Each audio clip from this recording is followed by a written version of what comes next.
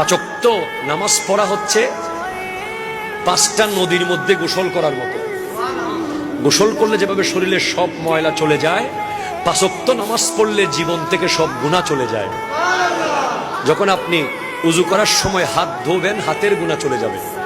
যখন মুখে পানি দিবেন, মুখের গুনাহ চলে যাবে। যখন মাথা মাসাহ করবেন, মাথার গুনাহ চলে যাবে। যখন পা ধৌত করবেন, পায়ের গুনাহ চলে যাবে। সুবহানাল্লাহ। এরপরে নবীজির হাদিস, মান সাল্লা আলাইয়া সালাতান ওয়াহিদাতান সাল্লাল্লাহু আলাইহি আশরা সালাওয়াতিন ওয়া খুত্তাতানহু আশরু খাতিয়াতিন ওয়া রুফিআত লাহু আশরু দারাজাতিন।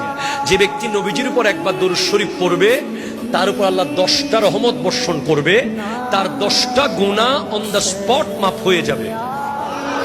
তাহলে নবীজির উপর দরুদ পড়লে গুনাহ মাফ হয়ে যায়। সুবহানাল্লাহ, জোরে বলেন।